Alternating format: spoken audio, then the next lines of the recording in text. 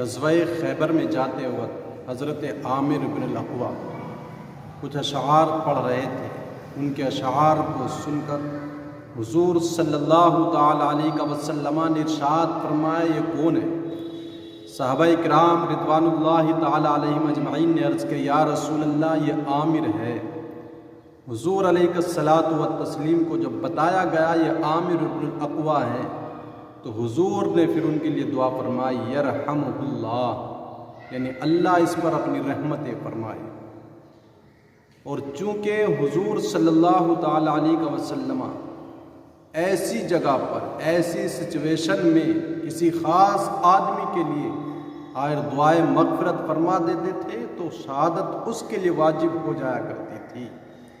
اس لیے حضور علیہ الصلاۃ والسلام کا یہ فرمان سن کر، یہ فیصلہ سن کر سیدنا عمر فاروق اعظم رضی اللہ تعالی عنہ نے عرض کیا، یا رسول اللہ صلی اللہ تعالی علیہ وسلم لولا امتعنا بہ، آپ نے ہمیں ان سے فائدہ کیوں نہیں لینے دیا؟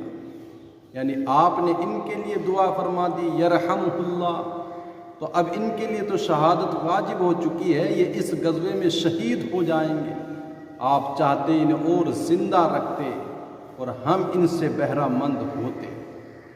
تو حضور علیہ الصلاۃ والسلام صاحب اختیار ہیں۔